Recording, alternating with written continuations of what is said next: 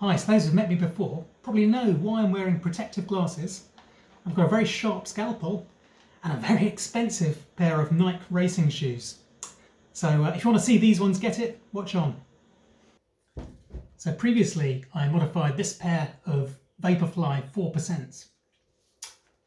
And with each one I chopped off a big chunk of heel, which saved about 20 grams and meant that the heel drop was reduced from about 10 millimeters to minus 4 millimeters.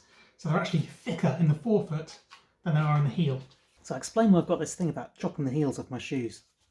This is a cross-country spike by Nike, and it's got a big aggressive plate at the front with the spikes on. That's where all the action is. And at the back, the heel is almost non-existent, but even more the case in a track spike.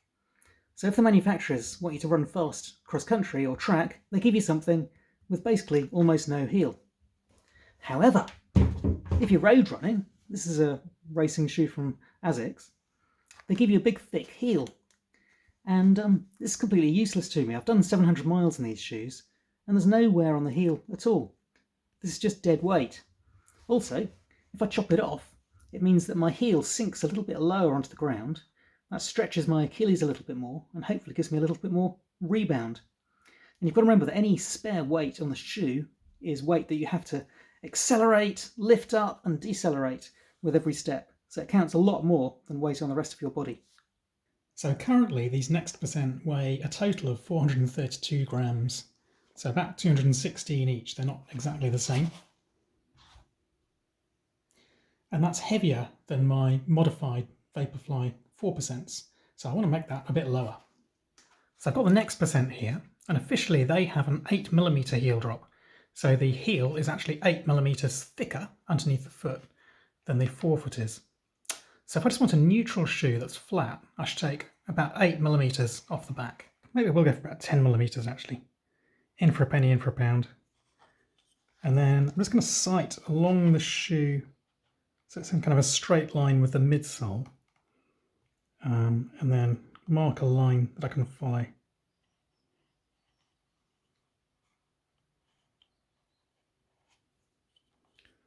Right, so that's where I plan to kind of hack off the material. I'm also going to take off this completely pointless pointy bit at the back, which adds a tiny, tiny bit of weight. Yeah, I'm also going to have to patch this right shoe up. Where I land on the outer edge of my forefoot, I've already started damaging this one because I have worn these shoes in a couple of races. So I'm now wearing gloves as well as the safety glasses, just in case I'm really unlucky and snap a scalpel blade and it kind of jumps around, or if I jab myself in the hand or something like that. Right, so here goes to my first actual cutting. So what I want to do is make an incision along the black line, parallel to where the ground would be if I was actually running on this. So let's dig in.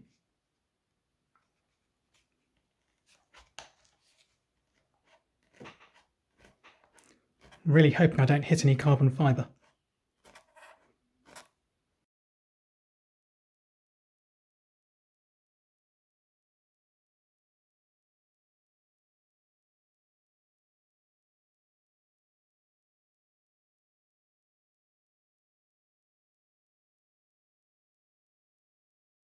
We have a Next Percent with minus 2mm heel drop for the first time.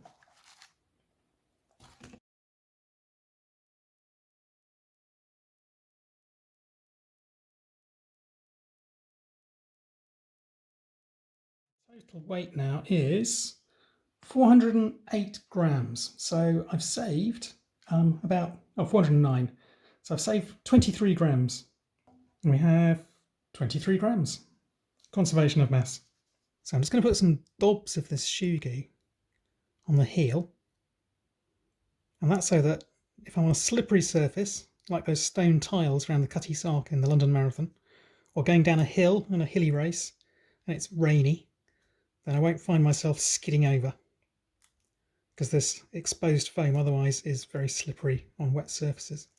So we've got 407 grams. That seems actually no worse than before I put the dobs on. Bit of measurement error. So next I'll see how they go. Okay, so I've got my modified shoes on, And walking, they don't feel too bad. They don't feel really weird like my Vaporflies did when I cut off 14mm off the heel. And but they haven't got that kind of pushy forward feeling that they used to have. And if I go into a run, they feel pretty natural. That's pretty good.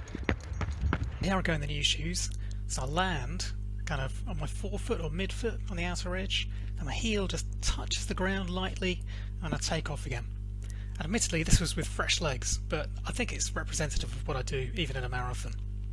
Here from the side, so again, forefoot, heel touch, lift off. Amazing noise, isn't it?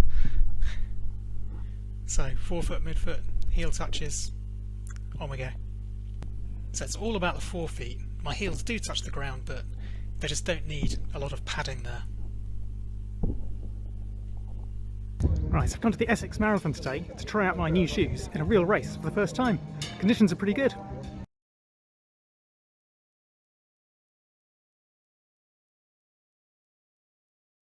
Just finished my Essex Marathon in the Magic shoes, and they were fine. I was just a shade inside 2:54, which really isn't as quick quite as I hoped, but not bad on 53 miles per week training, so no, it's pretty successful. Okay, so here are my shoes after my marathon, and the bits I modified at the back are absolutely fine. They're just kind of dirty, but showing no signs of wear. And the left shoe is okay at the front as well, but the right shoe is absolutely trashed where I land badly on my outer forefoot or midfoot. So it's exposed the carbon plate, and I've lost a lot of the nice bouncy foam here. So certainly I was running badly enough to damage my shoes. The question is, were my shoes badly damaged enough to slow down my running? Certainly my performance fell off a little bit compared to what I was expecting for heart rate as the race wore on, so maybe. I'm just going to use some shoe goo to fill in this whacking great hole I created in my shoe. They've only done 114 miles, so if I didn't fix this, it'd have cost about £2 per mile.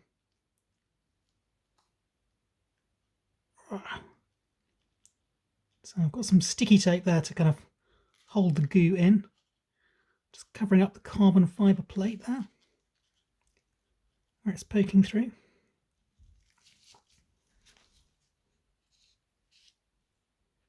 Smooth it out a bit, and hopefully they'll be good for another few races. Okay, so the repair is done. The shoe goo is set. This is now a pretty solid stub. Should be ready to race again. But would I trust these for a really key marathon or just smaller events? I don't know.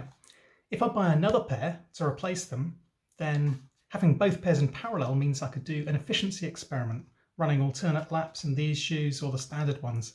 So that could be next year's video. Cheers.